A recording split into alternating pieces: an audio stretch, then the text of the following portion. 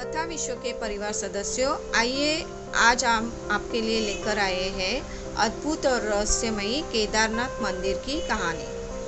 केदारनाथ मंदिर के विषय में प्रचलित कथा के अनुसार पांडवों की भक्ति से प्रसन्न होकर भगवान शिव ने उन्हें हत्या के पाप से मुक्त कर दिया था। मान्यता है कि महाभारत के युद्ध में विजयी होने पर पांडव अपने भाइयों की हत्या से मुक्ति के लिए भगवान शिव का आशीर्वाद पाना चाहते थे, परंतु भगवान उनसे कर्म से खुश नहीं थे, इसलिए वे केदारनाथ चले गए। पांडव भी उनके दर्शन के लिए केदारनाथ पहुंच गए। पांडवों ने कहा, वहां पहुंचने पर भगवान शिव ने भैंस का रूप धारण कर लिया, जिसके बाद वे अन्य पशुओं के बीच में चले गए ताकि पांडव भगवान शिव के रूप को पहचान न सके। कहते हैं कि भीम ने विशालकाय शरीर धारण करके दो पहाड़ों पर अपने पैर फैला दिए, जिसके बाद उस पहाड़ के नीचे से सभी पशु तो निकल गए, लेकिन वह मौजूदा एक भैंस ने ऐसे नहीं किया। जिसके बाद भीम पूरी शक्ति से भैंस की ओर झपटे, लेकिन वह जमीन में समाने लगा। तभी भीम ने उसकी पीठ का पिछला हिस्सा पकड़ लिया। कहा जाता है कि भगवान शिव ने भैंस का रूप बनाया था। मान्यता है कि भगवान शिव पांडवों की इच्छा शक्ति से प्रसन्न हुए और उन्हें दर्शन देकर हत्या के पाप से मुक्त होने का आशीर्वाद दिया।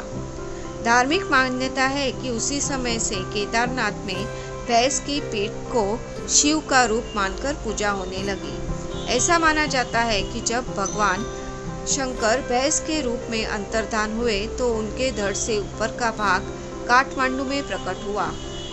अब वहाँ पशुपतिनाथ का प्रसिद्ध मंदिर है। शिव की भुजाएं तुंगनाथ में, मुख रुद्रनाथ में, नाभि महेश्वर में और जटा कल्पेश्वर में प्रकट हुए।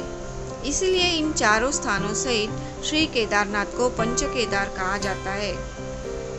यहाँ शिव जी के भव्य मंदिर बने हुए हैं।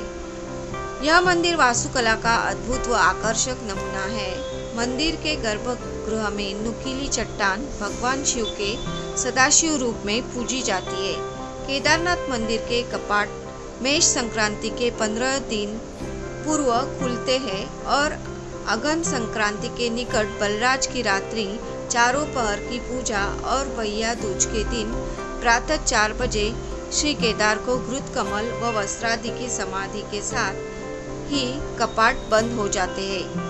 मंदिर मंदाकिनी के घाट पर बना हुआ है और भीतर घारे अंधकार रहता है और दीपक के सहारे ही शंकर जी के दर्शन होते हैं। शिवलिंग स्वयंभू है। सम्मुख और यात्री जल पुष्पादि चलाते हैं और दूसरी ओर भगवान को घृत अर्पित कर बाह भरकर मिलते हैं। मूर्ति 4 हाथ लंबी और 1.5 हाथ मोटी है। मंदिर के जगमोहन में द्रौपदी सहित 5 पांडवों की विशाल मूर्तियां हैं। मंदिर के पीछे कई कुंड हैं जिनमें आचमन तथा तर्पण किया जाता है। केदारनाथ धाम हिमालय की ऊंची चोटियों और घने जंगलों के बीच बना हुआ मंदिर। यही वजह है कि बहुत सारे लोगों को महसूस होता है कि केदारनाथ धाम में स्वर्ग से हवा ही चलती है। यदि हम वैज्ञानिक दृष्टिकोण से देखें तो केदारनाथ के आसपास की प्राकृतिक संरचना और ऊंचाई के कारण यहाँ की हवा अधिक शुद्ध और ऑक्सीजन से भरपूर होती है। यह मंदिर कटवा पत्थरों के भूरे रंग के विशाल और मजबूत शिलाखंडों को जोड़कर बनाया गया है।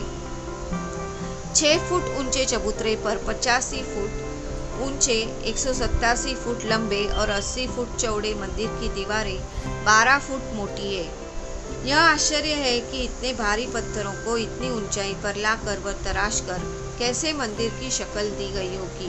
खासकर यह विशालकाय छत कैसे खंभों पर रखी गई।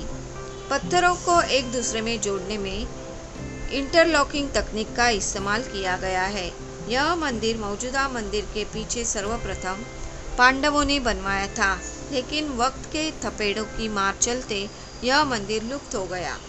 तब इस मंदिर का निर्माण 508 ईसा पूर्व जन्मे और 477 ईसा पूर्व देहत्याग गए आदि शंकराचार्य ने करवाया था।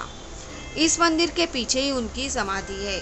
इसका गर्भगृह अपेक्षाकृत प्राचीन है, जिसे 80वीं शताब्दी के लगभग का माना जाता है।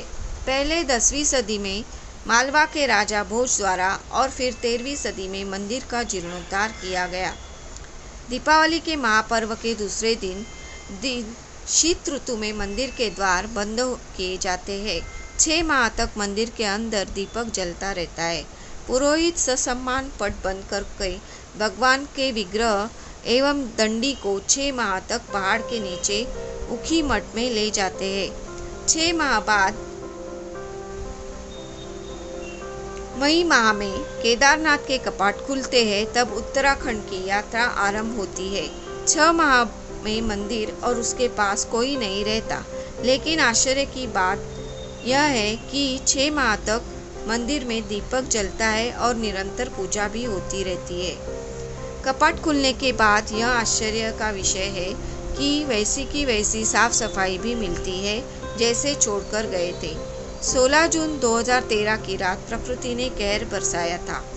जल प्रलय से कई बड़ी बड़ी और मजबूत इमारतें ताश की पत्तों की तरह ढहकर पानी में चली गई, लेकिन केदारनाथ के मंदिर का कुछ नहीं बिगड़ा।